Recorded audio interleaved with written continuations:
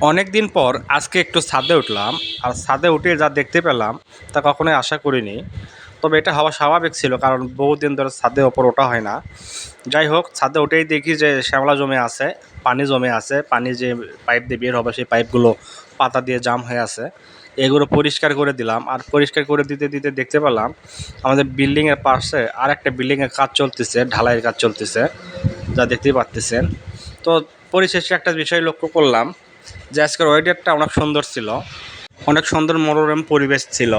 আর চারদিকে ফসলের মাঠ, যেখানে আমন ধান রোপণ করার জন্য জমির কাজ প্রস্তুত করা হচ্ছে, সবাই মিলে জমির কাজ করতেছে এবং অনেক সুন্দর লাগতেছে। আর আকাশের দিকে তাকালে মনটা ভরে যাচ্ছে, যেন অনেকদিন পর একটা সুন্দর ভিউ দেখতে পাচ্তেছি। কারণ সবসময় শোরুমে আসলেও কখনো ওপরে ওঠা হয় না, তো আজকে একটু সুযোগ পাইছে।